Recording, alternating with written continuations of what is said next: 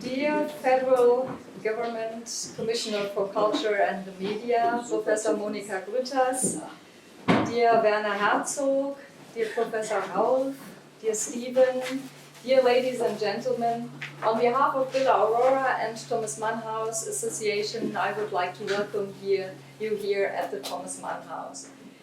In this living room, this White House of exile,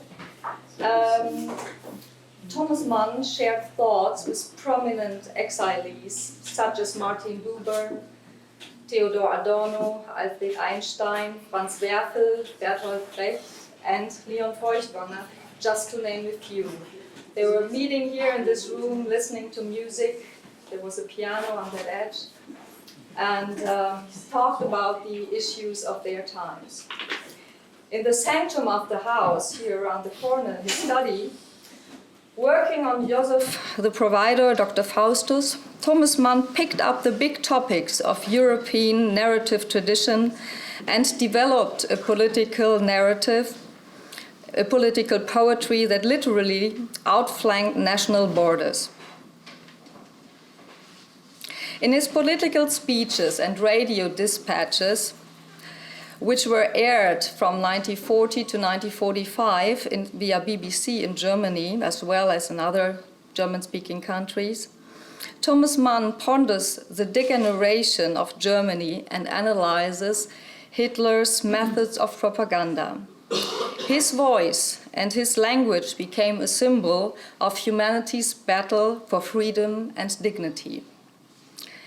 Interestingly enough, he follows in the footsteps of his daughter Erika, who, in addition to make sure BBC would broadcast in German, she herself addressed the German people in 9 speeches between August and September 1940, all starting with Deutsche Hörer, which is later the title of Thomas Mann series.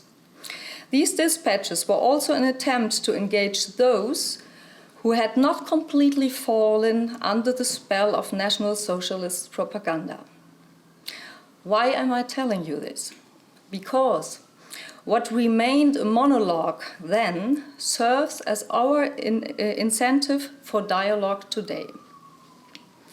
We owe the fact that we are able to do this here in this very house to you, dear State Minister, among others.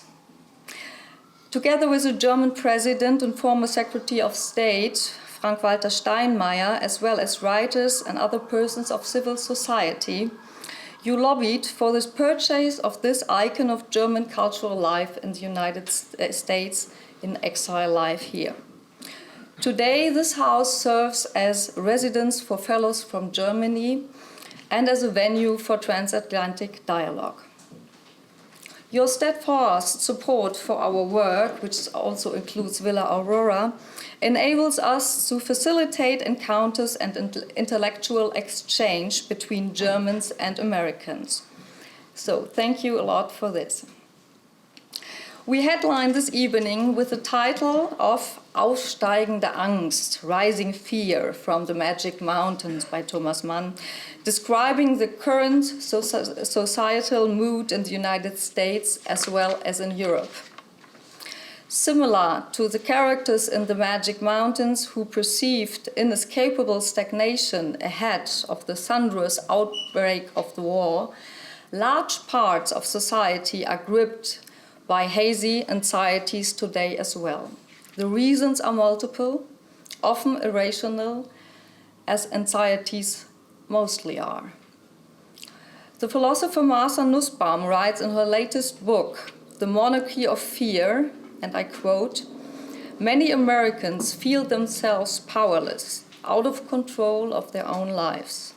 They fear for their own future and their of their loved ones. These feelings have their basis in real problems, among others, income stagnation in the lower middle class, alarming declines in the health, and the escalation costs for higher education at the very time that college degree is increasingly required for." Nussbaum describes how this angst results in an aggressive strategies of distancing oneself from the other. A phenomenon we are observing in Europe and especially also in Germany as well.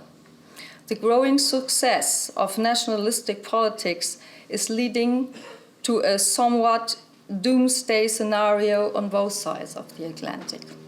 Here as well, it is imperative to face the fear. Barack Obama put it in his way when he said, "Democracy can break down if we give in to fear." So let's take a closer look at this fear today. Who could be a better dialogue partner than Werner Herzog, who is his features films and documentaries followed the psychological abyss of the human soul to the profoundest depth. We are deeply honored to have you here tonight and proud to be able to welcome you. There is no need to introduce you.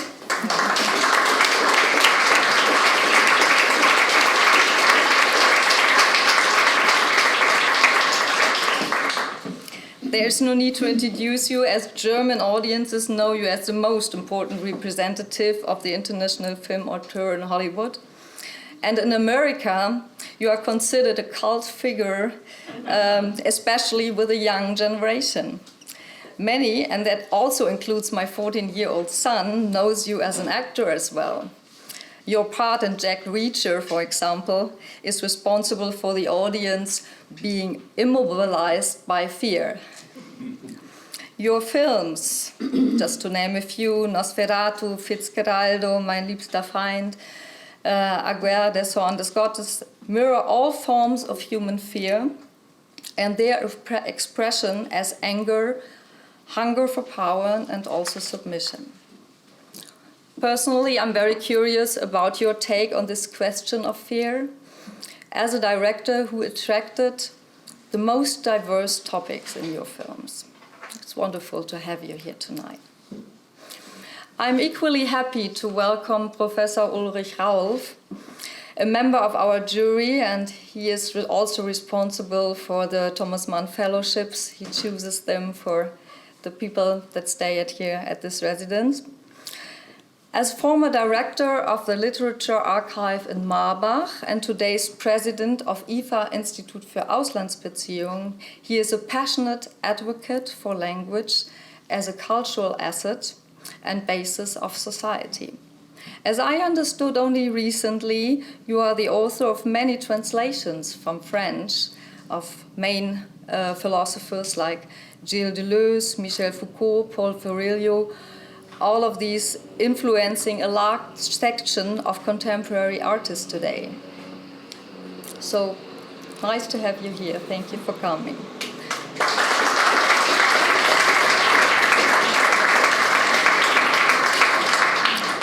Last but not least, I would like to welcome Steven Lavine. He has been the president of CalArts here in Los Angeles, the California Institutes for the Arts, until 2017. For 29 years, he shaped the school like none other and integrated it in an international network. He founded Red Cat, CalArts Downtown Center for Contemporary Art, and he is the incarnation of the cultural network here in Los Angeles, and we are very honored and thankful that you support our work, being in our advisory board and being the founding director of the Thomas Mann House. Thank you.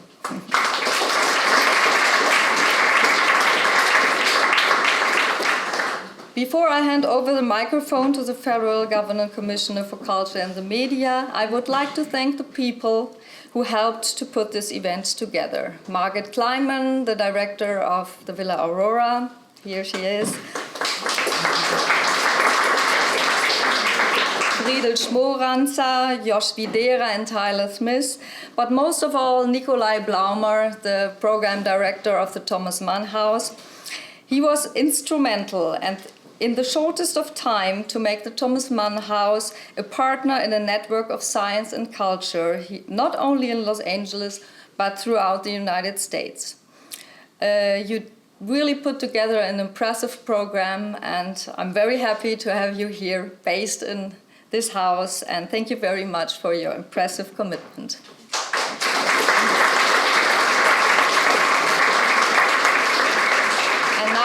pleasure to hand over the microphone to you. Thank you for being here.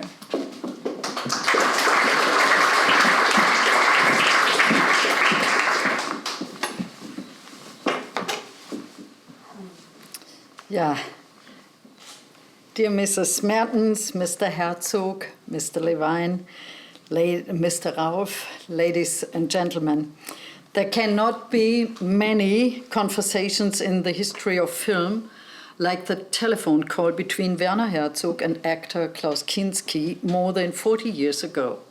Mr. Herzog, in an interview, you once described a scene that took place shortly after you had sent Mr. Kinski a screenplay for one of your movies. And I quote, "Between 3 and 4 in the morning, the phone rang. It took me at least a couple of minutes before I realized that it was Kinski, who was the source of this inarticulate screaming. And after an hour of this, it dawned on me that he found it the most fascinating screenplay and wanted to be Aurora." Not many artists have such, shall we say, expressive style of articulating their excitement. But the feeling of being electrified by a fantastic idea is exactly what drives most artists. This feeling is the source of the courage to experiment that makes artists exceptional.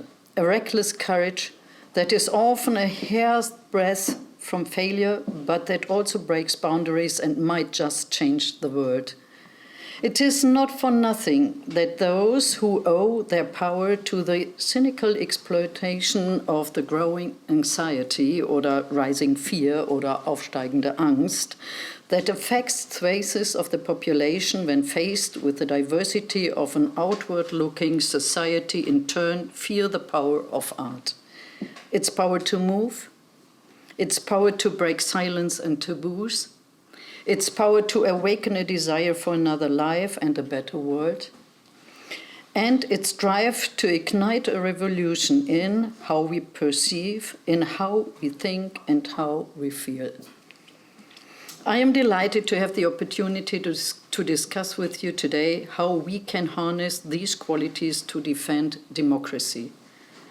It is a discussion that is very much in the spirit of this newly renovated house, which provides a setting to debate fundamental issues of the present and future of transatlantic dialogue, just as Thomas Mann might have wanted. The author was one of some 130,000 to 140,000 German-speaking refugees who came to the USA during the National Socialist terror regime and who, like many other artists, rediscovered in American exile the artistic freedom he had missed so badly. Thomas Mann wrote a chilling description of the climate of growing anxiety in Germany in the period immediately before the Nazis came to power in a speech entitled An Appeal to Reason. I quote, "And yet, there are hours, there are moments of our common life when the inner urgency of the artist fails him, when the more immediate necessities of our existence choke back thought, when the general distress and crisis shake him too, in such a way that what we call art, the happy and impassioned preoccupation with eternally human values, comes to seem a mental impossibility."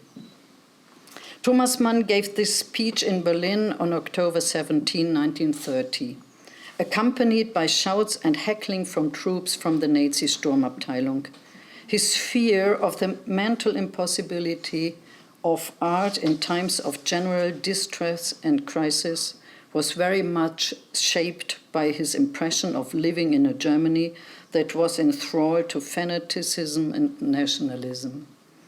Thankfully, we do not need the courage that he showed 1930 with such a public appeal to reason in our countries today, when we appeal to reason and defend democratic values. But it would be both deluded and dangerous to assume that democracy does not need to be defended, In Germany, we have learned a lesson from two dictatorships, the National Socialist Terror regime and the communist regime of the GDR, which is this: freedom of artistic expression and the freedom of art to offer criticism are essential to democracy. And so we have enshrined the freedom of artistic expression in our constitution. Guaranteeing this freedom is the overriding principle of our cultural policy in Germany. We therefore provide sufficient government funding for culture at several levels, local, regional, and state. Our aim is to ensure that culture can be independent, that it is not subject to conflicting interests, to the whim of the zeitgeist, or to the vagaries of the market. Freedom of artistic expression can only be guaranteed when art neither has to serve nor to please, when it does not have to defer to market logic or reflect a political stance, a worldview, or a specific ideology. Artists who do not have to comply with external expectations, who have the freedom to confuse and provoke, who can foment dissent and doubt, such artists stimulate democratic discourse and are therefore in a position to protect our society from dangerous inertia and our democracy from a resurgence of totalitarian tendencies. We in Germany need only look at our history to know that we cannot simply turn a blind eye when dictatorial regimes in other countries are allowed to define what is visible and sayable, forcing artists into fearful self-censorship or even imprisoning them. It is to counteract such situations that the federal government funds the Writers in Exile program, for example, which we initiated together with the German Pen Association in 1999. The program gives temporary refuge to persecuted writers, allowing them to experience an artistic freedom which no longer exists or has never existed in their home countries. We also support the European Center for Press and Media Freedoms Journalists in Residence program for persecuted journalists in Leipzig. In Germany, we celebrated the 70th anniversary of our constitutions, the Basic Law, in May this year. The Basic Law is representative of the civilizing turning point that followed the barbaric crimes committed in the name of the German Reich. Ladies and gentlemen, over the decades, we Germans have learned to value and cherish our freedom and democracy. The USA did everything in its power to help us reach this privileged position, providing help and advice in establishing a liberal, pluralist, democratic state based on the rule of law, serving as guarantor of our freedom during the decades of the Cold War until the fall of the Berlin Wall, which was 30 years ago on November 9, and supporting German reunification, the restoration of German unity and freedom. We will never forget how much our American friends have done for us. As someone who is deeply committed to transatlantic relations, I am confident that the alliance based on the shared values of freedom and democracy that has been forged over the decades between Germany and the USA will even outlive a presidency based on the slogan, America First. The diplomacy of art can help in this, especially at times when we have reached the limits of the art of diplomacy. Art can change our points of view and expand our imaginations and the bounds of our empathy. Where we can only see what divides us, art can show us what we have in common. Art can make our values heard and felt in a more convincing way than many an argumentative discussion. I certainly believe in the art of power, in the power of art. In the long term, artistic diversity is stronger than populist ingenuousness, precisely because of that reckless courage for which, to name just one example, your unforgettable film Fitzcarraldo has become a cinematic metaphor, Mr. Herzog. Fitzcarraldo, ladies and gentlemen, is the story of a robber baron who plans to have an opera house built in a small town in the middle of the jungle. The river rapid stands in the way of this plan. To overcome this, he has an Amazon steamer dragged over a mountain. It is a well-known legend in the film world that Werner Herzog stubbornly refused to have a model ship built of plastic dragged over a film set mountain. It had to be a real steamer dragged over a real mountain in the real jungle, and he got this way. Pulling a 40-meter-long steamship weighing 300 tons up a mountain using pulleys and cable winches is not for everyone. But I am quite sure that it is precisely the uncompromising madness needed to ascend a mountain with a ship that gives art the power to move mountains, even in an age of growing anxiety. Let's make sure our artists have the freedom to do just that. Thank you.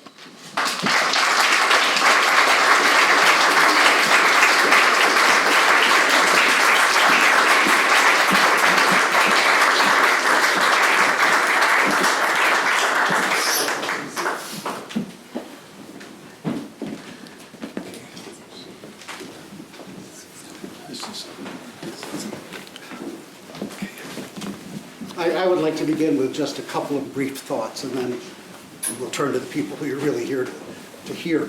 I want to start by reading something from Walt Whitman. Whitman was Thomas Mann's tutor on the nature of democracy, Leaves of Grass, and especially, I think, its introduction, Democratic Vistas, is almost directly carried over into the coming victory of democracy. And I want to read you just a passage of what Whitman said about what democracy required in order to survive. He's writing in 1870, after the Civil War, after the country has almost fallen apart, and yet simultaneously is booming economically, and is clearly on its way to becoming a dominant power in the world. But he worries. He says, in the Department of Science and the specialty of journalism, there appear in these states promises, perhaps fulfillments of high earnestness, reality, and life. But in the region of imaginative, spinal, and essential attributes, something equivalent to creation is, for our age and lands, imperatively demanded. For not only is it not enough that the new blood, new frame of democracy shall be vivified and held together merely by political means, superficial suffrage, legislation, etc., but it's clear to me that unless it goes deeper, it gets at least as firm and as warm as a hold on men's hearts, emotions, and belief as in their days feudalism and ecclesiasticism did, and inaugurates its own perennial sources welling from the center forever. Its strength will be defective, its growth doubtful, and its main charm wanting. Many of the Germans who came to Los Angeles thought we never had developed that aspect of American democracy. Thomas Mann was unique in having recognized, even before arriving in the United States, the coming victory of democracy is written from Switzerland in 1937. He's visited the United States at that point, but was not living here yet. And he did it to help America participate in bond drives in the hopes that the United States would intervene and help preserve Europe from what was happening. So, and he, in the coming victory of democracy, puts almost the same emphasis on democracy being not a set of means, not about voting, about those things, but not only about those things, but discovering an essence of human dignity. It argues that the superiority of democracy is the only political system that guarantees and defends individual human dignity. Now, our writers and our filmmakers are part of how we gain access to that deeper sense of who we are and what this life is for. And I want to start, I guess I'll start with Mr. Herzog, asking how much can we hope that film can do to help us find our way? You shouldn't overemphasize the possibilities of movies. They are just movies.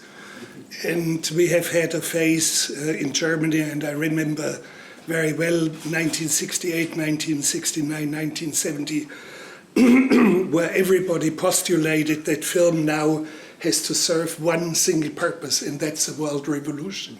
So, what kind of world revolution? And I instantly had a problem with that. And I was, for a whole decade, ostracized, named in the media as a fascist or fascistoid filmmaker, because I argued, number one, what the students at that time, the radical part of them postulated or diagnosed, was that Germany was a fascist police state, which was an incorrect, which was an incorrect diagnosis. And at the same time, they postulated as a remedy of all this, dissolving Germany into socialist communes, like Commune 1, 2, 3 in Berlin, small family-like radical communards. So you have to be careful what was demanded of cinema. I also would like to be a little bit cautious about Thomas Mann, and here in the United States, of course, this was his platform to speak out and to raise his voice and send tape-recorded messages to Germany, to London, where it was broadcast. At the same time, I have a suspicion that Thomas Mann was also, in a way, an exile here in the United States. And I'm speaking now of the 1950s, where with this craze and hysteria of the McCarthy time, he came under the suspicion of being communist and being a collaborator. And in a way, he fled, he exiled a second time, and he was searching refuge in Switzerland. So Switzerland was his last sort of exile. And Czechoslovakia, for example, was also giving him a passport earlier on, was quite important. I would say the role of Thomas Mann in the United States was very important, but at the same time, a little bit later on, ambivalent. May I add a thought to that? Please. It's absolutely true. At a certain point, the president of Caltech accused Thomas Mann of being a communist. The letter still exists in which he denounces. And again, reading The Coming Victory of Democracy, part of what he argues is that it's not sufficient to find the spiritual sources of democracy. It also has to show economically that it can make a difference. And he argues in favor of the humanist economic gains that socialism can bring. And you can see the way that notion of justice is what sets him up to then be accused of being a communist.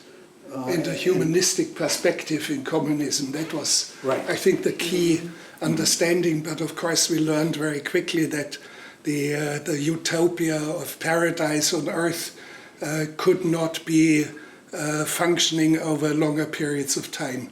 It would contradict what human nature was all about. Right, and he never speaks to communism. I mean, he speaks actually against it, but he is speaking of, in a way, what the platform of the Social Democratic Party became, I think, at the beginning Anyway,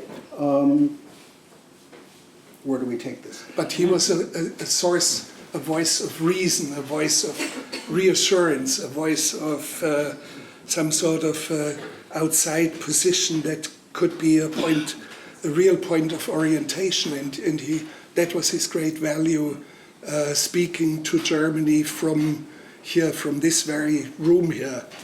And again, two thoughts. Right now, we're following the American primaries on the way the Democrats picking a candidate. There are a whole group of candidates who are arguing for a kind of social, it's not really socialism, but they've chosen that label. And the debate in the Democratic Party is whether you can still have any chance of getting elected if you associate yourself with socialism, whereas what they're talking about is only social justice, not socialism. So what was once sort of literature when we as Americans read Thomas Mann suddenly has become diagnosis and prophecy about our own situation as we try to find our way forward. I want to ask you about this speed of change.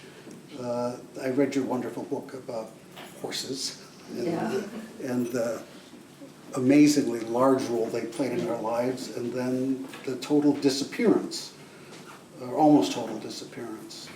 And you read that and you think, well, yes, there's a kind of sense that farmers would think the world was running away from them and would be afraid of the way we're going. I just want your thoughts on the impact of this rapid evolution of society.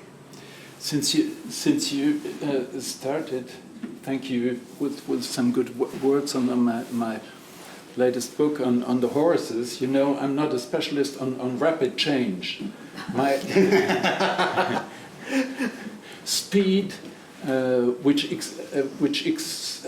goes over a horse's speed, is almost unknown to me.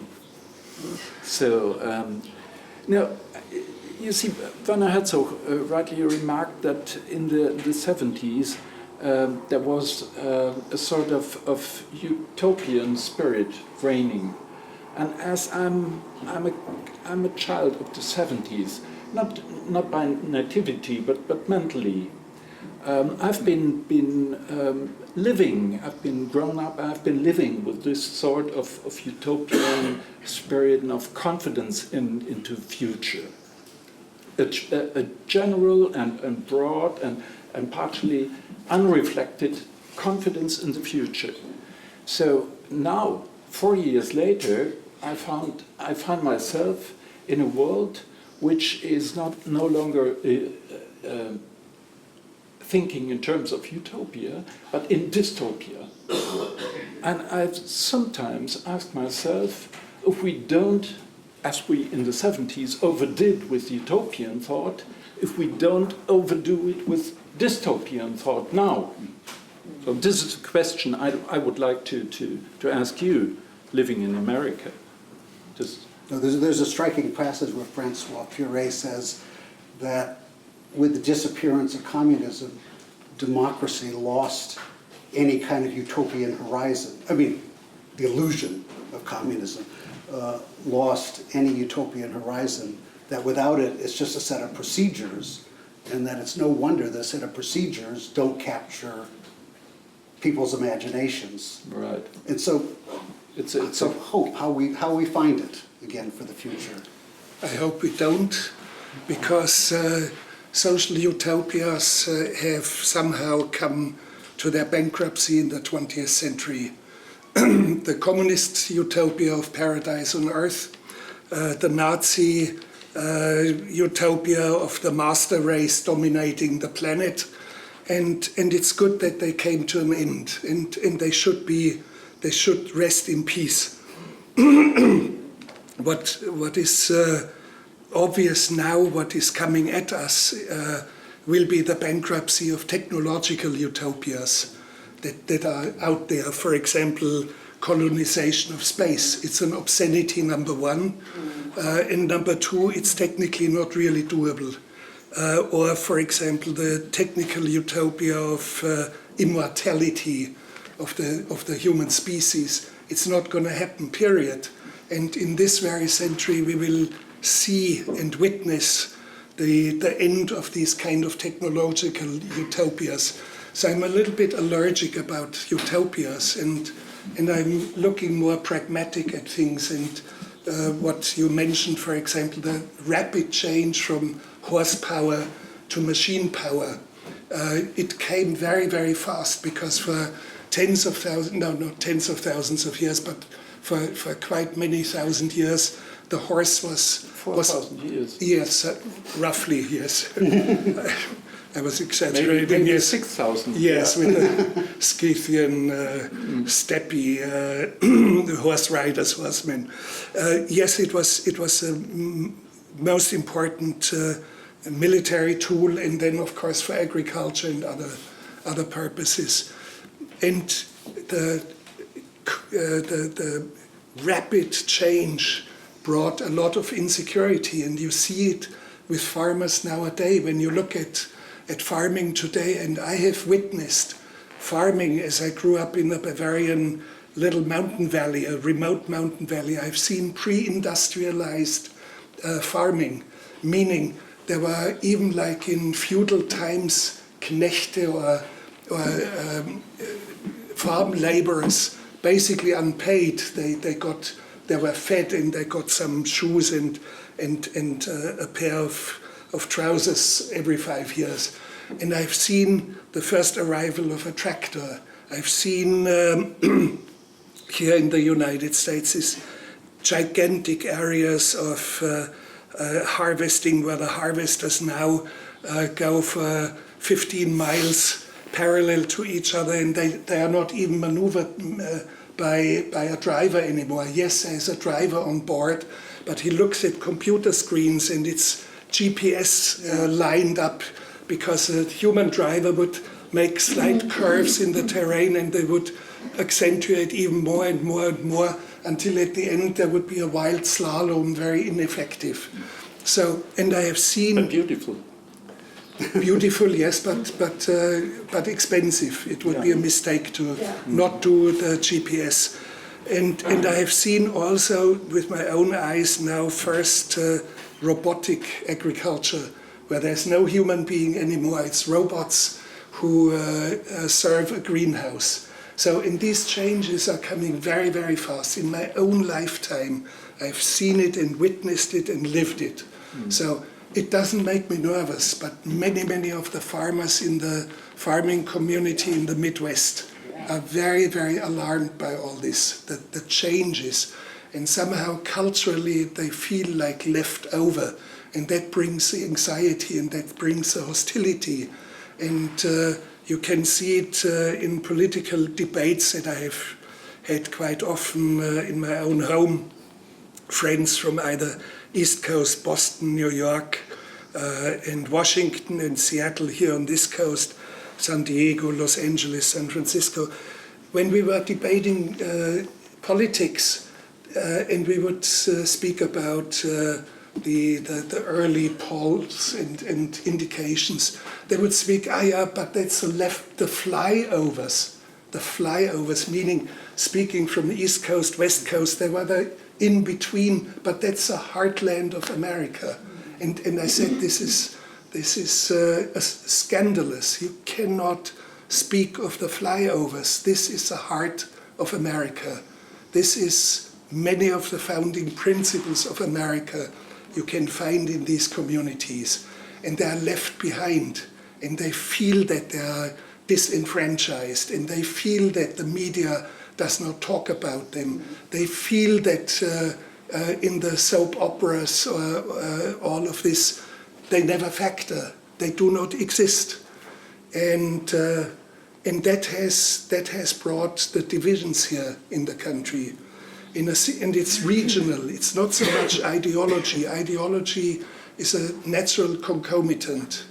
In a similar way, you can see it in Germany. The eastern new parts of the federation, in a way, feel neglected, disenfranchised, left out of the discourse about accepting refugees in such numbers.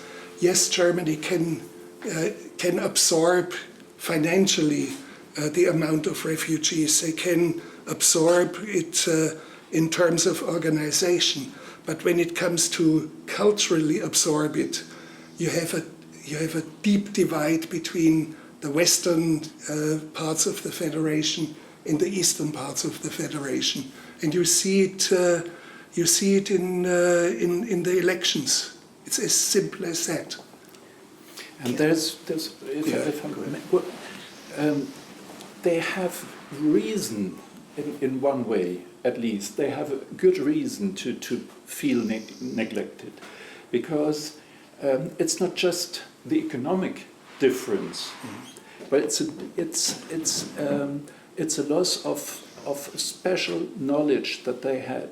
They have lost their local knowledge. They knew a lot about farming, and all their knowledge has been devalued. Because today, as you said, the farming has been computerized. Yeah. So they are operators of farming science, and their knowledge that they had, and that they have been brought up with, and that they had accumulated, is completely devalued. Yeah, but it's even more serious in Poland, for example, where it's much more. People don't like to lose their knowledge and their intellectual grip on reality. Like the farmers, but artisans and so have witnessed the same sort of destiny. Is there anything we can hope from literature and film in helping us see our way through this? Of course, yes. But the problem is, you spent a career the problem is who is reading these days. You see, even if you go to academia, in the department for the classics, who should actually read ancient Greek and Latin, and you see these young students, and hardly any of them ever reads. They do not read anymore, even to such specialized communities of very deep culture. They don't read anymore, and it's not only because of the internet, because it's a process that has started more than 50 years ago, but it has accelerated. And it has accelerated to minimizing complex political questions to a tweet, and to have human discourse in form of very brief Facebook exchanges and pseudo communities that do not really exist. And that creates this kind of anxiety as well. I've seen a young girl, I made a film on the internet once, not long ago. I met a girl, 15 years old, who spent almost all her day and much of the night sending text messages, and she sent and received 2,200 messages each day. And that this young girl is deeply lost, in deep anxiety, in deep disarray, and deeply dysfunctional, is part of a very, very big cultural sort of evolution.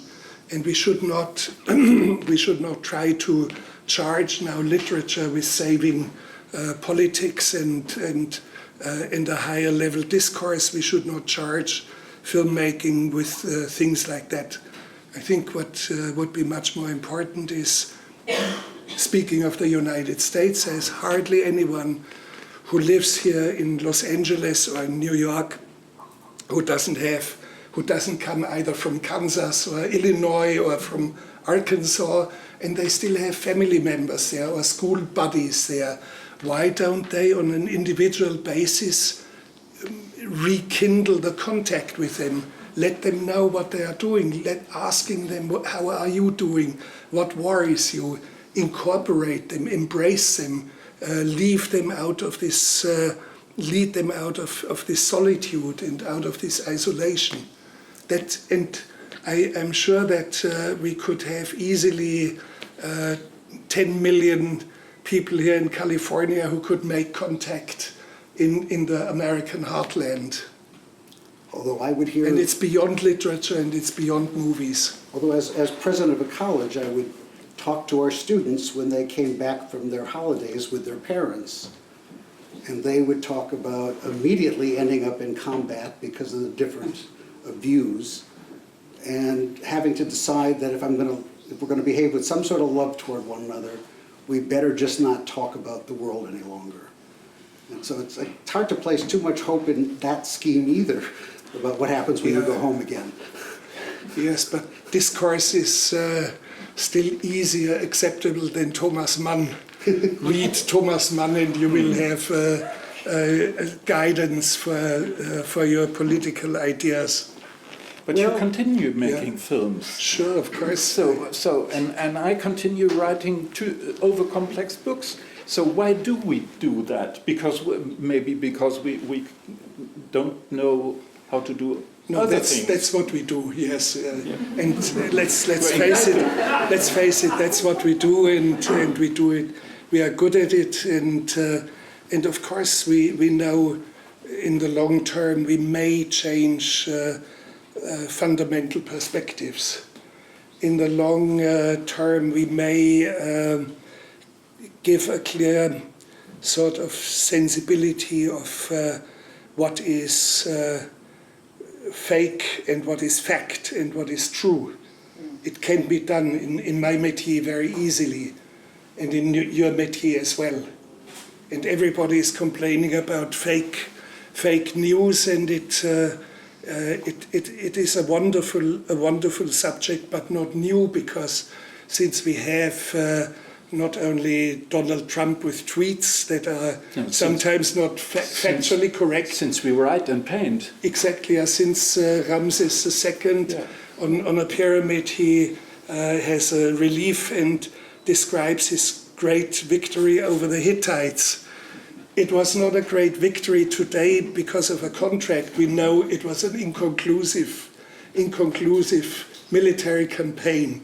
And we know of Roman antiquity when Nero was murdered or was killed, he had all of a sudden imposters in northern Greece and in Asia Minor declaring themselves as being the true Nero, and they had bodyguards and they had troops following them, and so on. It didn't end very good for them, but it doesn't matter. Or Potemkin's villages. So since we have written proof and evidence of facts and of truth, we know this is not a new phenomenon. The question I want to frame to you is, if anyone has sort of gone deep and found sources of human dignity in places where one didn't expect to find it, where one thought there was only madness or only strangeness, you've given us one lesson after another in kind of the depths of humanness.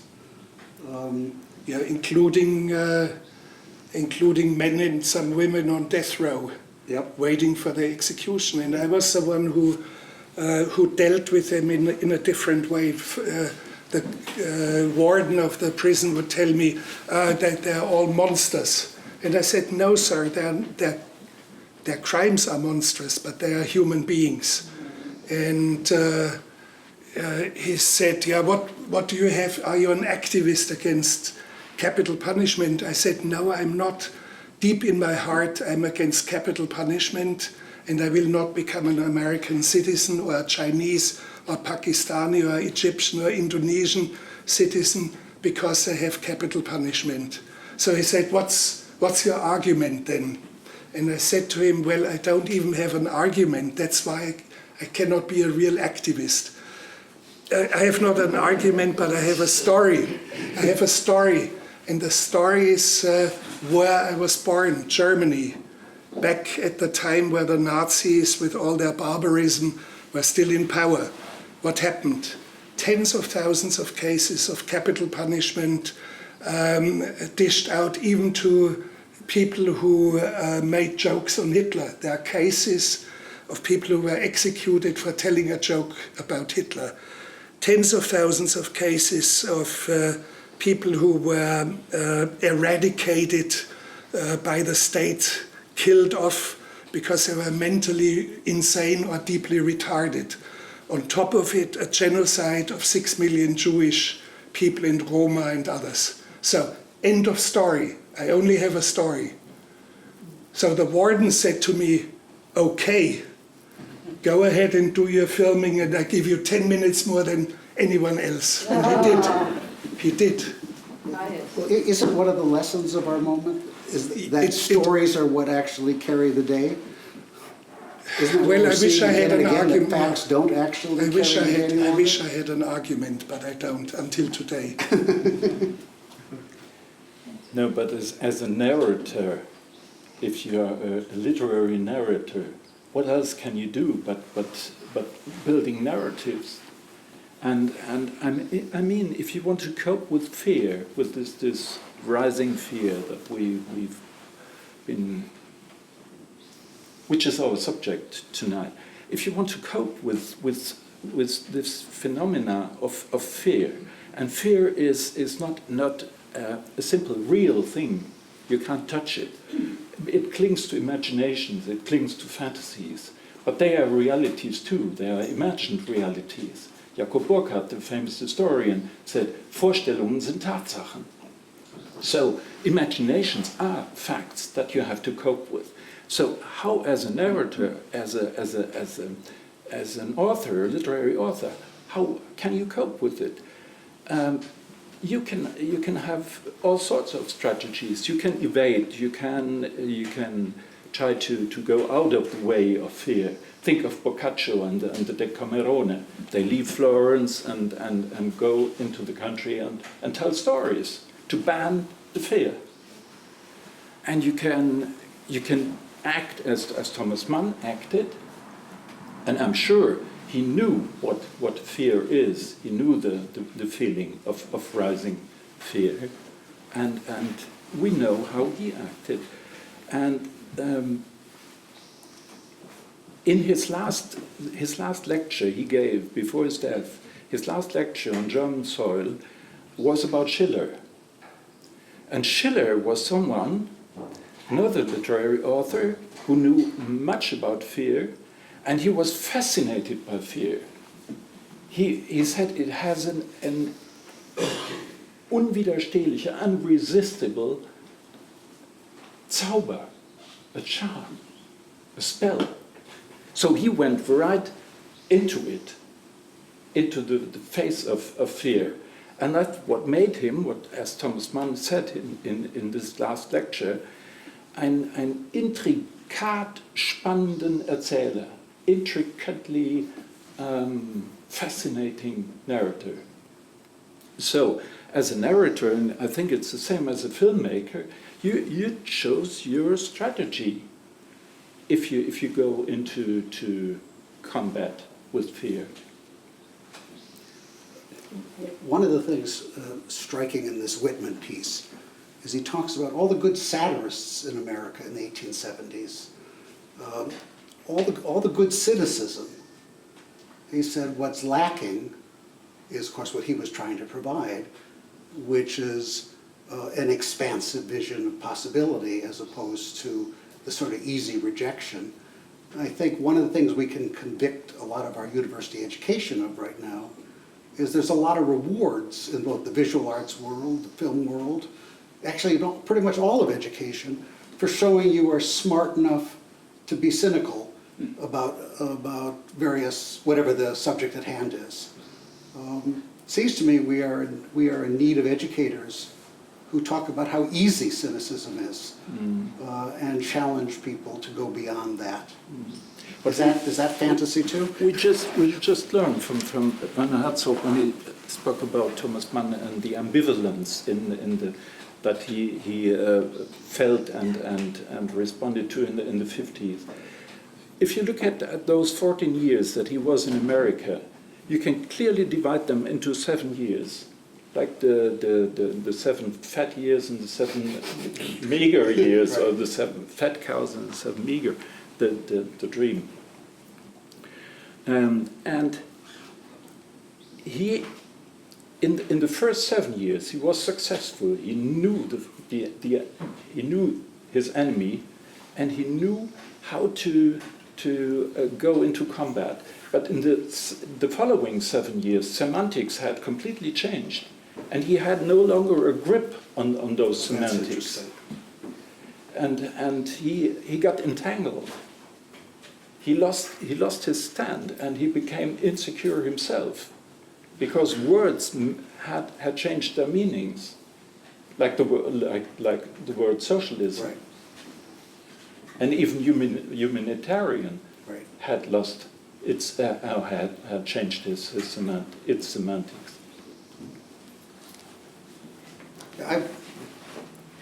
After a life of teaching literature and educating artists, this panel forced me to ask, how did I actually think arts made a difference? And to what extent had I just been amusing myself all these years? And I realized that individually, it's hard to, with the rare exceptions, can one argue for sort of direct influence on social change. There are places where you can. Sinclair Lewis writing about meat packing factories, but easy places. That it's the aggregate in some way that one hopes ends up affecting the culture. So it's not people who've actually seen a Herzog movie. It's movie makers who've been inspired by him doing things that are impossible, and suddenly impossible things seem to be possible, and a sense of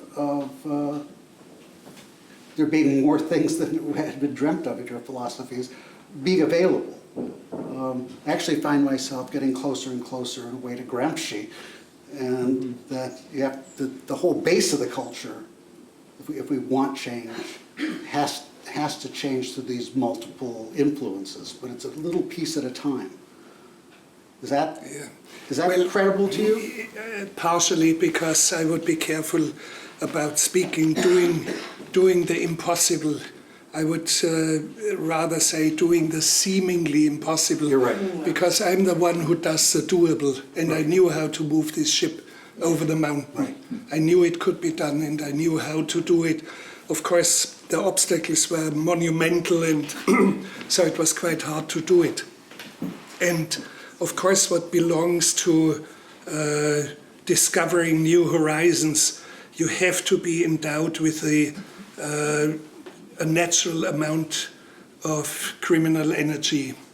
And that's what Nietzsche, I discovered it very recently, Nietzsche speaks about it, that innovation, that poetry, that ideas always have a side, among others, of criminality.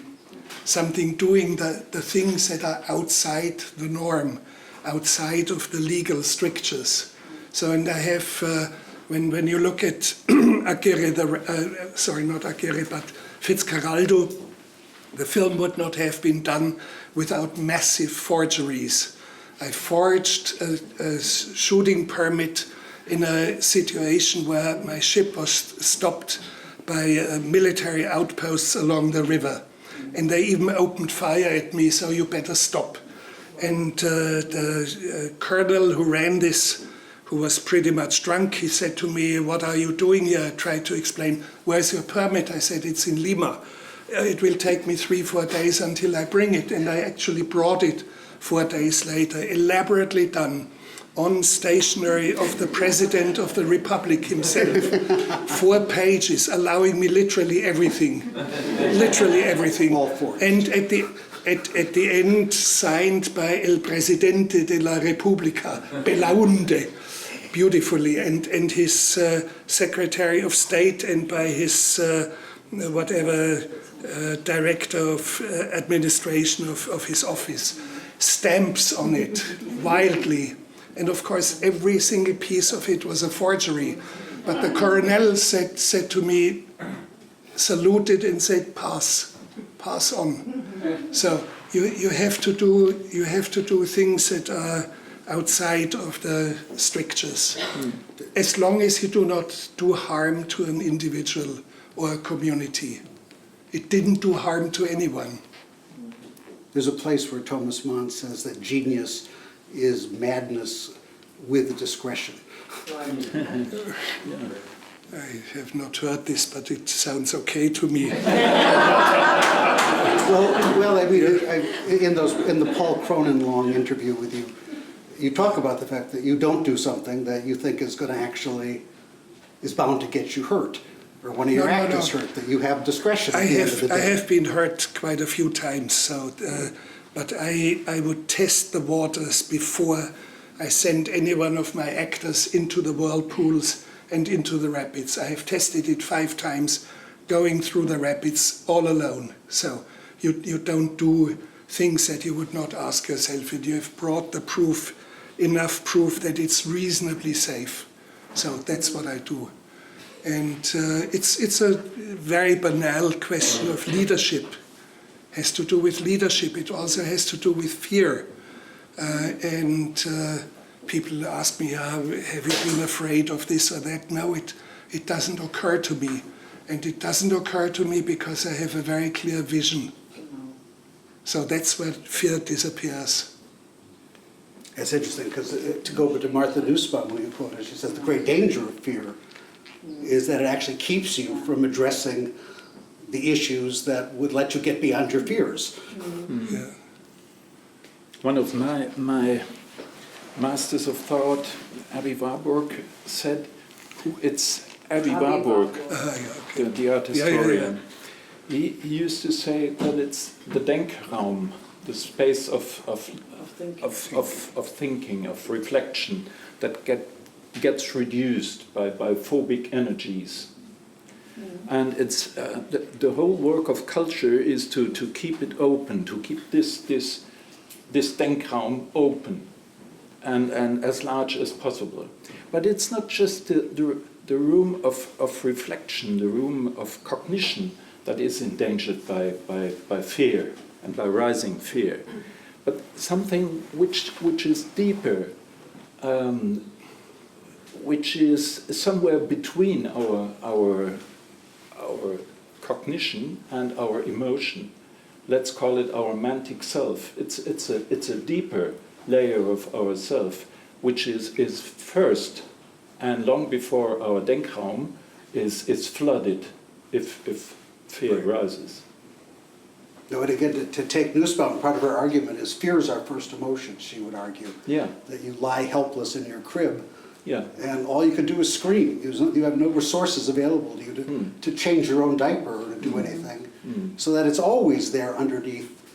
And we have to think our way out of it, or else we act on it and decide that so-and-so is the enemy. She finds sexism and racism and all basically the creating of others is displaced fear. And demonization of others. Yeah. As a consequence. Absolutely. And we see it in practical terms. We can see it, and since I've made a film with Mikhail Gorbachev, that's one of my last 3 films, I do believe more firmly than ever that the demonization of Russia is a very big mistake of the West. And the German government has some part in it, and I do not like it. What I hear and what I see. Too much the legalistic approach of sanctions for example, returning the Crimea to its motherland, Russia. I do not like the demonization of Iran, for example. It is a country that has made some of the best films in the last 20 years in the world, and it is a country of 5,000 years of poetry.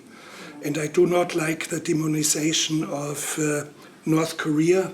I have worked in North Korea only 3 years ago, and I do believe demonization of North Korea is a massive mistake, and you may find it odd that I, of all people, agree with Trump. You have to speak with your opponent.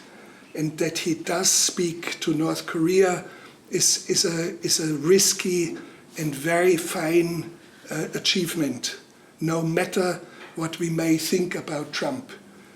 Deep in his heart, I do believe, and we should be pragmatic and not demonize him from the side of European thinking. I think that he, deep inside, is a pacifist. Yes, let me argue this case. He has not bombed Russia.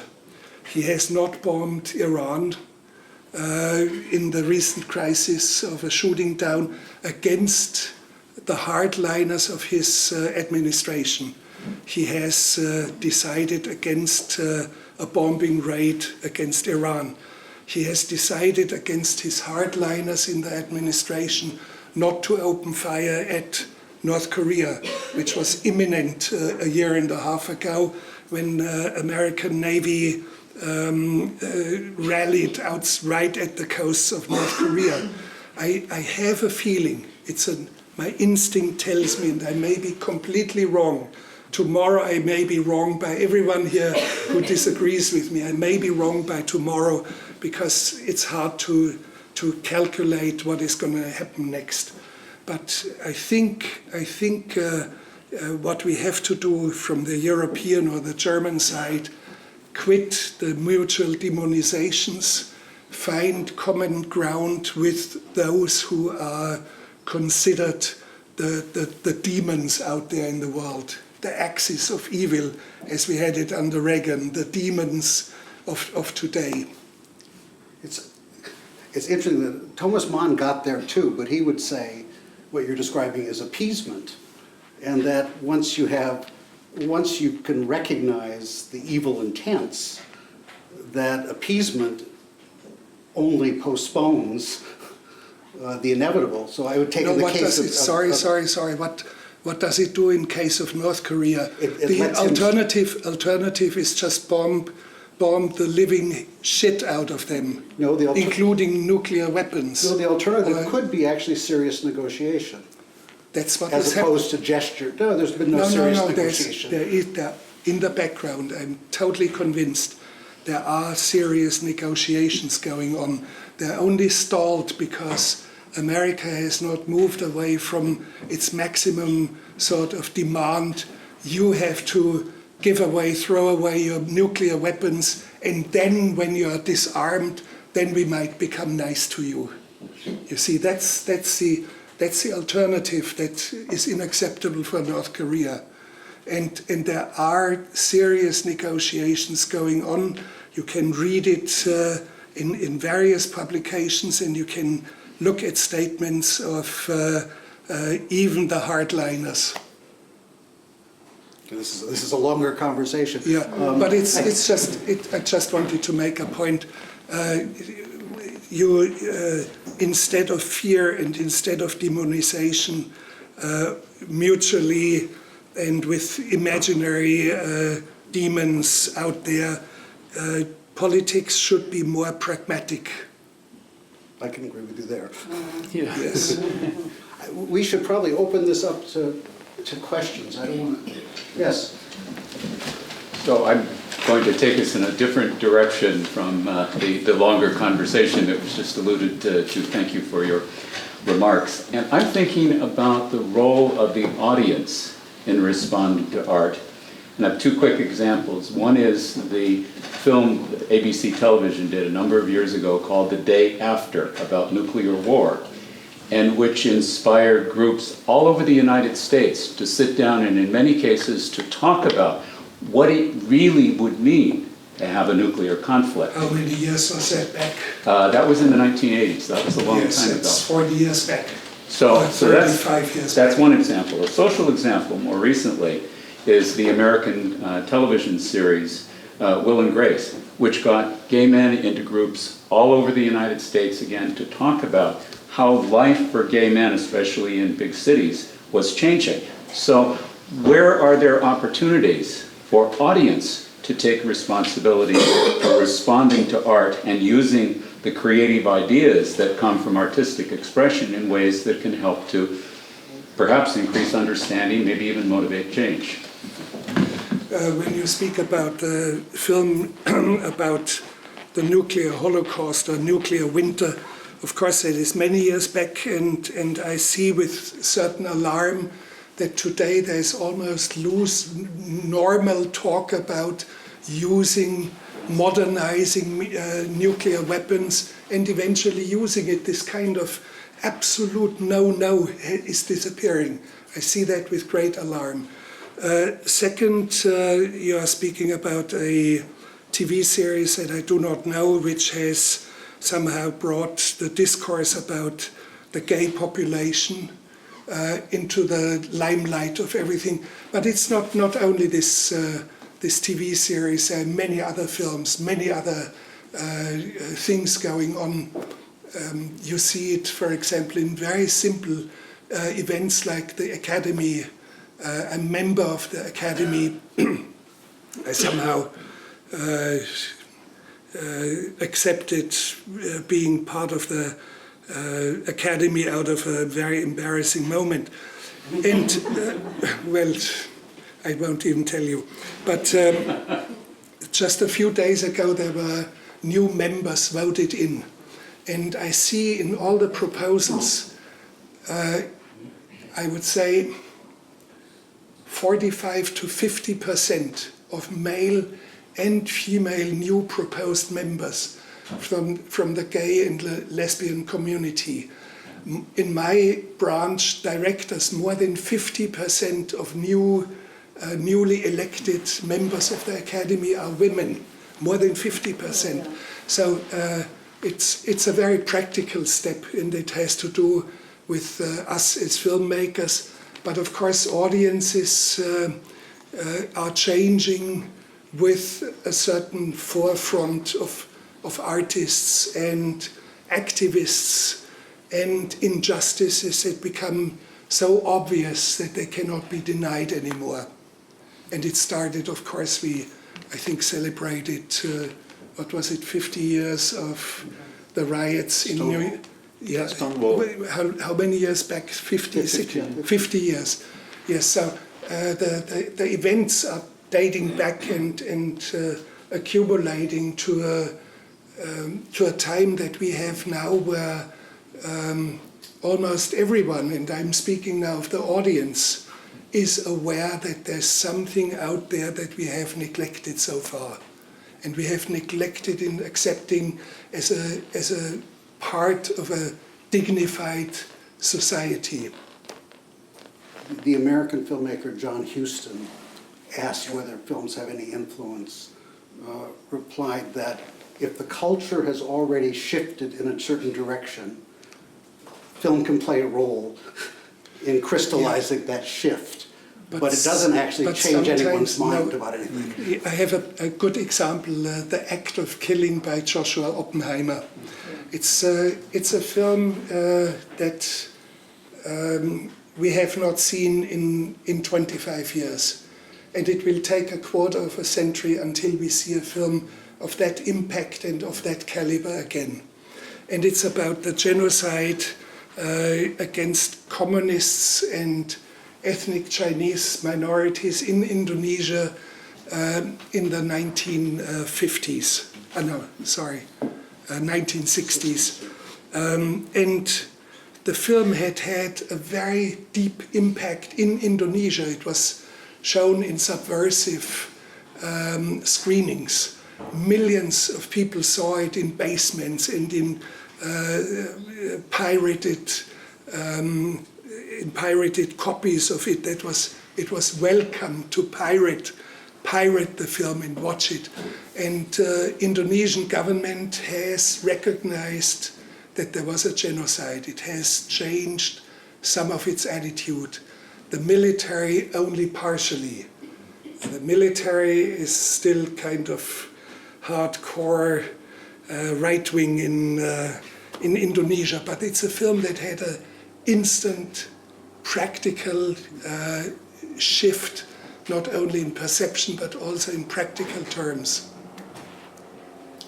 Here's a question. We've talked a lot about the impact of literature and film, or whether there is such an impact.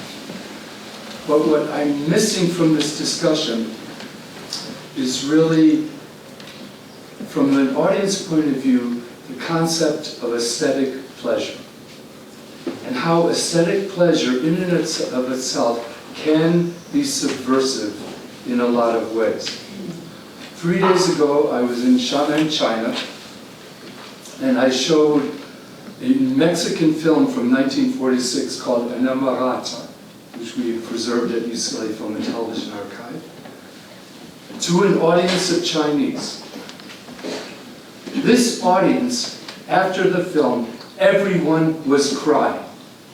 A film that, in terms of time, is far removed from their reality, in terms of language, in many, many ways. And yet, this film had a deep impact on that audience. And I think it had that impact because there is something, there's a kind of what I would call aesthetic pleasure that you get from reading, viewing works of art that connect you because they are deeply human. Well, should I answer it? Well, I'm doing.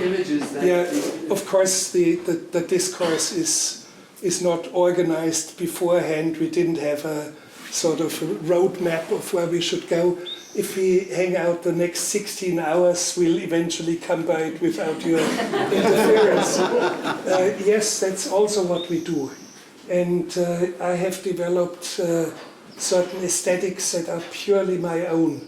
And they're outside of the trodden path and the wasted away images that you see on regular television, that you see in commercials, that you see in much of the film industry, that what is happening in the film industry has become very solidified, very immobile in terms of aesthetics. There's not much happening, and I always said to young people, you have to become a good soldier of cinema, meaning you are occupying an outpost in aesthetics, in innovation, in courage, in loyalty to an audience that the others have abandoned.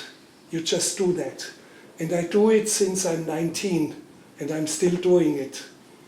And by the way, what I'm also very much intrigued about is the question of what distinguishes fact and what creates truth.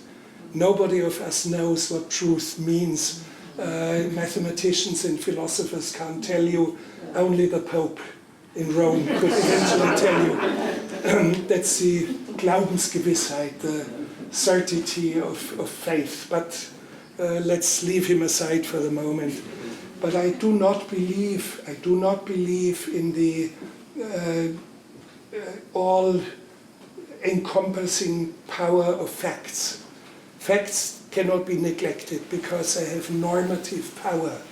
If, for example, all of a sudden there are more than 40% Mexicans in California coming across the border here, there will be new norms that have to be created for their presence and for their contribution to American society. So there's normative power. At the same time, I do not believe what Cinema Verité still stupidly believes, as if facts and truth are equal, and it is not. And I do believe that inventing and creating facts will create an approximation to truth. And audiences sense it, and they feel it, and they see it, and they respond to it. And the simplest example for me to give you is inventing or changing facts. André Gide, the French writer, once said, I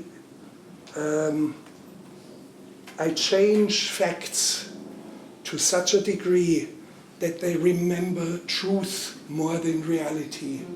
And it's a very, very deep idea, and also an aesthetic idea. And when you look at Michelangelo, is my biggest of all witnesses. When you look at the arguably most beautiful sculpture that was ever created, the Pietà in St. Peter's in Rome, when you look at the Man of Sorrows, Jesus taken from the cross, you see a tormented face of a 33-year-old man. And when you look in the face of the Virgin Mary, his mother, she's 17. So my question is, did Michelangelo try to cheat us? Did he try to give us fake news?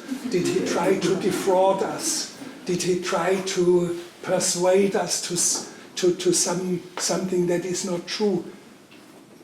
What he does, he gives us a deeper essence of Jesus and his mother. An essence that gets closer to truth than to realities. And that's one of the things, and he does it in aesthetics, and I do similar things in my movies. And I go much wilder than Michelangelo. I start a film on the fires in Kuwait when Saddam Hussein retreated in 1991. Every single oil well was on fire. And I start the film with a quote from Blaise Pascal, the French philosopher, and it's a beautiful quote. And it says, "The collapse of the stellar universe will occur like creation in grandiose splendor." Blaise Pascal under it. But it was not Blaise Pascal who said it, I made it up. and besides, Pascal couldn't have said it better anyway. So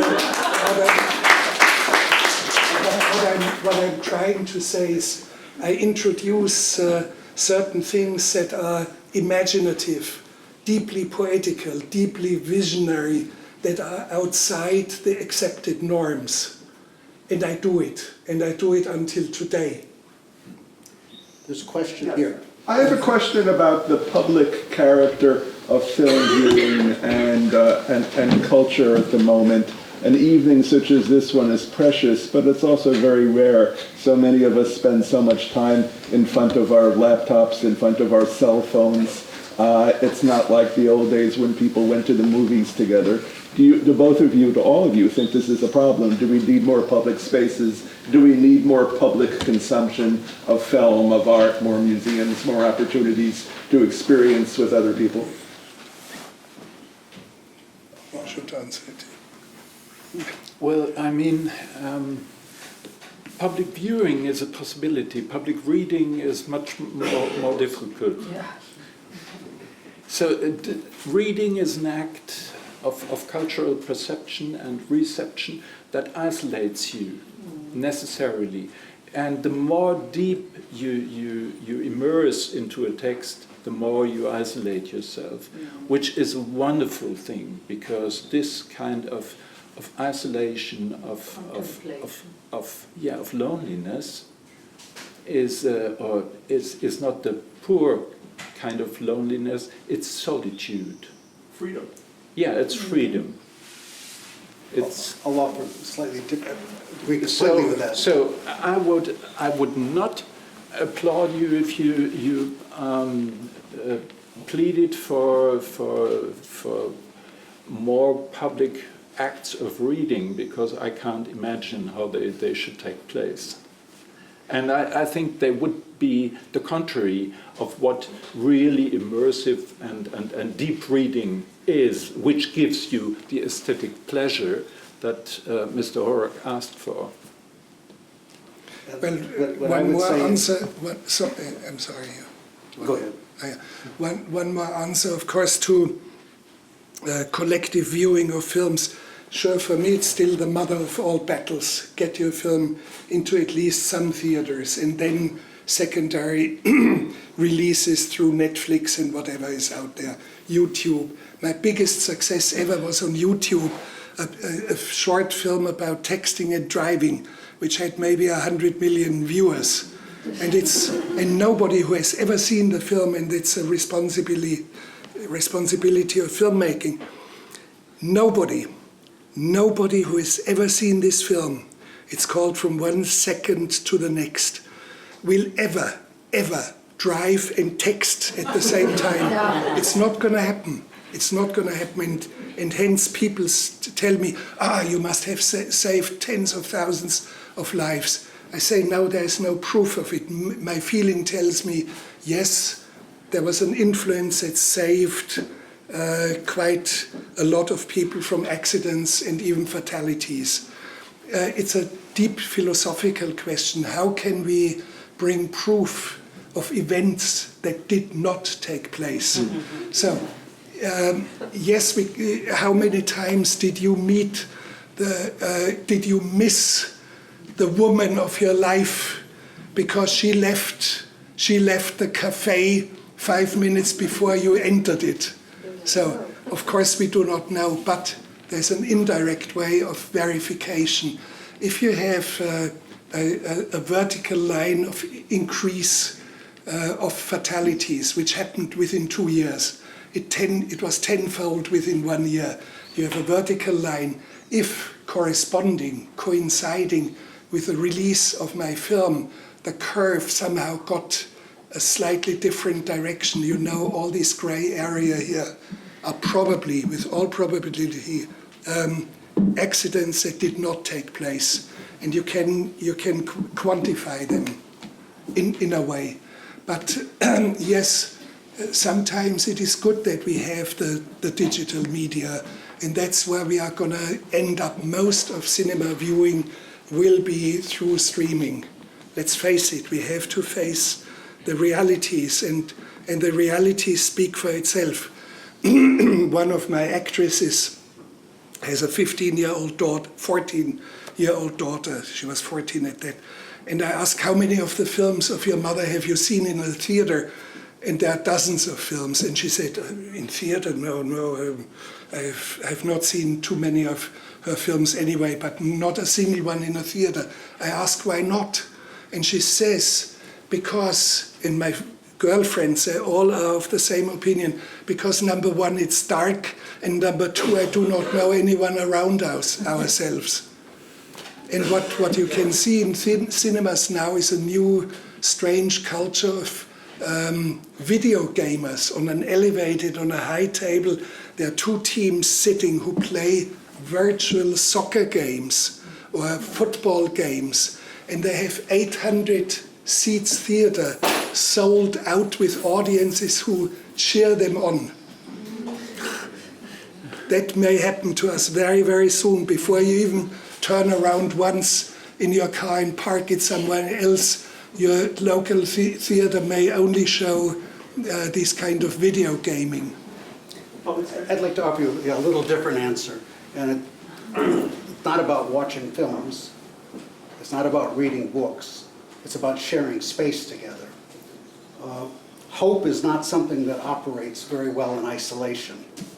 It needs other people sharing that hope. In fact, almost every kind of positive action, the world is sort of, I don't know how we invented this world, but we have a world in which everything bad happens quite easily, and everything good we have to struggle for. People who struggle for the good are mostly defeated, and yet you have to go back and do it again.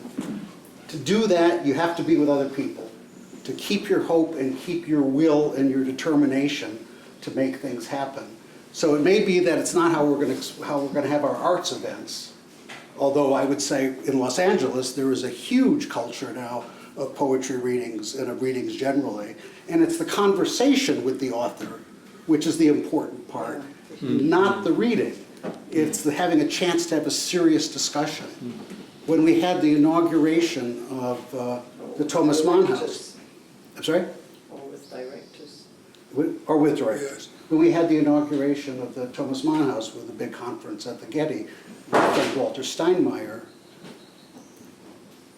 there were people who came up afterward to thank us because they were suffering through these same social changes and didn't have other people to have the conversation with, and didn't have an example of a great leader like Steinmeier people were in tears at the intelligence and the kind of hope given by serious thought about the difficulty.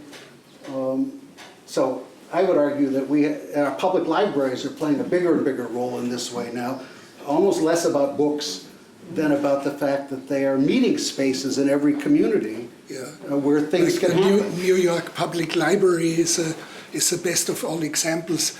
And it's not only, it's very high caliber discourse. And the audience is basically intellectuals, very well read, very well studied people.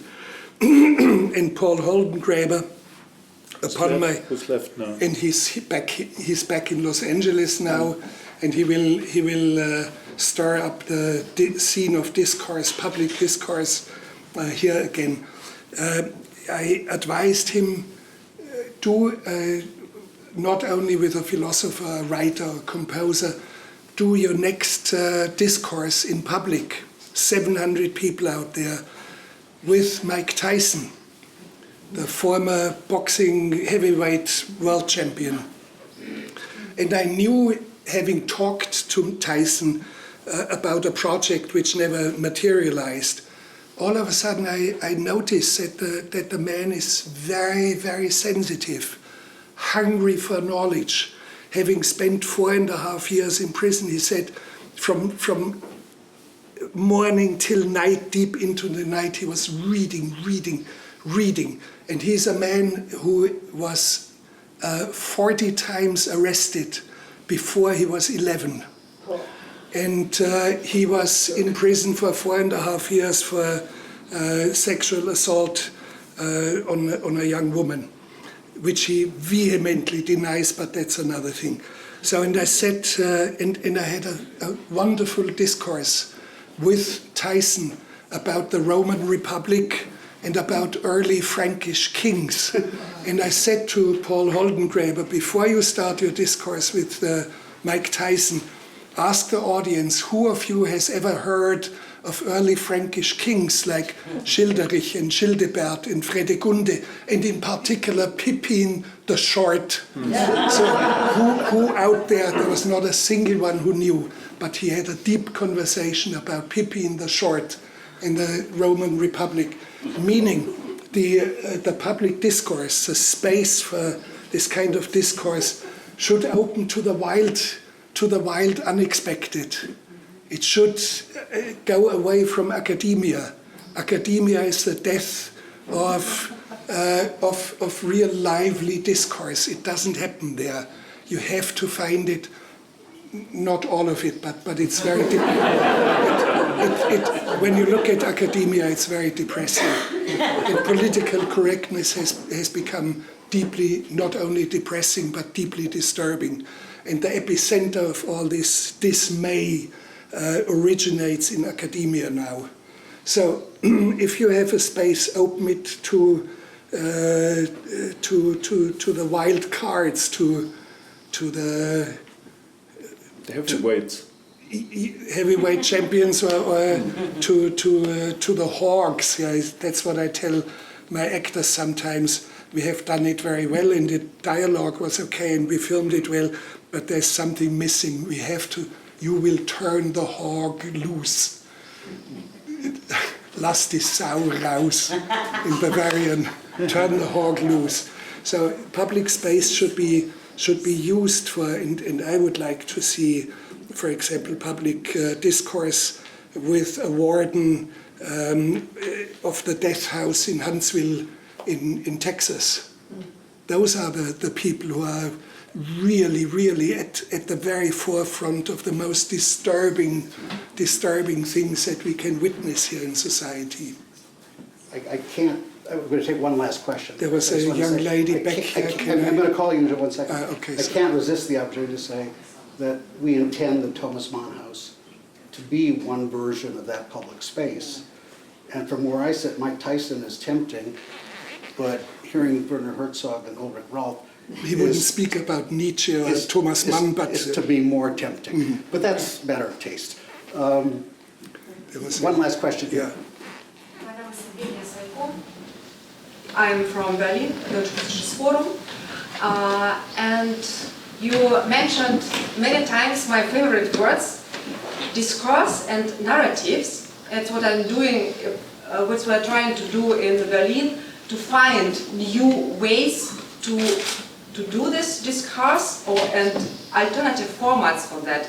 But we see in our societies, in Germany, in the US, in Russia, people are very polarized, especially when they have discuss on about very different with different opinions and with controversial opinions, and it's going more and more difficult to have a discourse. I'm very interested in your opinion. What is the problem of our communication attitude now? And should we change something in our way to communicate with each other with controversial opinion? Thank you. I think there's nothing wrong about controversy in a discourse as long as it stays away from physical violence. That's why you stop the discourse that you have organized. But otherwise there's nothing wrong. But I think I sense a deeper sense of your question, how in societies like in Germany, United States, among others, how do you bridge the irreconcilable sort of positions that are solidifying and getting frozen more and more? I don't have a real answer. The answer is more on a very individual basis, as I have said in the beginning. Take care of your people that you know out there in Kansas and in North Dakota, and those who are in Saxonia and Thüringen and wherever. Take them serious. Take the discourse right at their doorsteps. Go to Bautzen, go to Chemnitz, go to Rostock, and have a wild discourse there. And you have a possibility to have real controversy in the discourse, but fundamentally there's nothing wrong about it. Would you like to address this, or? Okay, I would just add, and again, it's kind of a pitch for public libraries, but a lot of it is where the permanent public space is, and choosing to go places where you in fact have a chance of having a diverse audience. As long as we go to the places we're comfortable with in our own communities, we know we're going to see our friends. It'll be a nice occasion, but the odds of getting real controversy are difficult. At least in the United States, part of the great advantages after Andrew Carnegie, libraries were built in little towns all over the Midwest, all over the country. They're a huge resource. I emphasize them because we have so few public spaces left. In some ways, it takes the state and philanthropy to create the possibilities of public space, just as they have to create the openness that lets you have civil society in general. So that would be the other part of my answer, that we can't expect that if we go someplace where we know what the audience is, that suddenly the audience will change. I was really interested that the Goethe Institute, when the new director came in, chose to go from the upper middle class, mid-Wilshire area of Los Angeles to downtown Los Angeles, and immediately started discussions of homelessness. Actually said, well, if we're going to have discussions, let's go where the issues actually are. And they're also, as you say, in Kansas and in Wisconsin, where I'm from, and that's available to us. We are over the time we said we would end, so I think we are going to end. I do want to say one last thing, and I really want to say it because Minister Grütters is here. This chance to have international dialogue is, in my view, especially between Germany and the United States. If democracy is to have a future, it will be made somehow jointly by Germany and the United States. There's a reasonable argument to make that Germany right now is a better functioning democracy than we do, although we have a deeper tradition of democracy. We've got to, I'm sorry? But even our democracy is not without sorrow. No, I know that. Because But I think we have to learn from one another. And in his inaugural address, Frank-Walter Steinmeier emphasized that Germany had learned democracy from the United States. Now, as we reinvent what this is going to be for the future, we're going to have to reinvent it together, or it's not going to survive separately in either place. So to me, this is a great visionary undertaking, and is, for many of us in Los Angeles, a huge source of hope that a government would make the kind of investment to let something like this happen. And I just wanted to thank you. and we thank you to help us making a lively location for debates and deepen our friendship. And I think you helped us to fund create our democracy by helping us to formulate our constitution.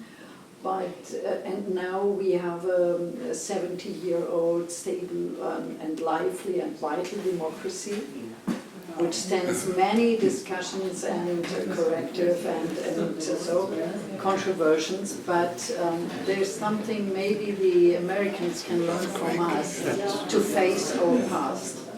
Because to face the past, because it's one of our fundamental roots of our democracy. And it's one of our weakest aspects in the United States. I thank our panelists. We have a beautiful earthquake.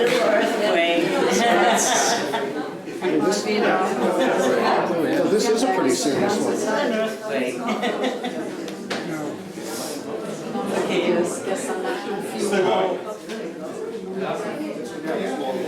The house has just been rebuilt, so this is one of the safest places you could be. And it's quite distant because we do not hear any deep rumbles because it's far away. I thank Mr. Raulff and Mr. Herzog.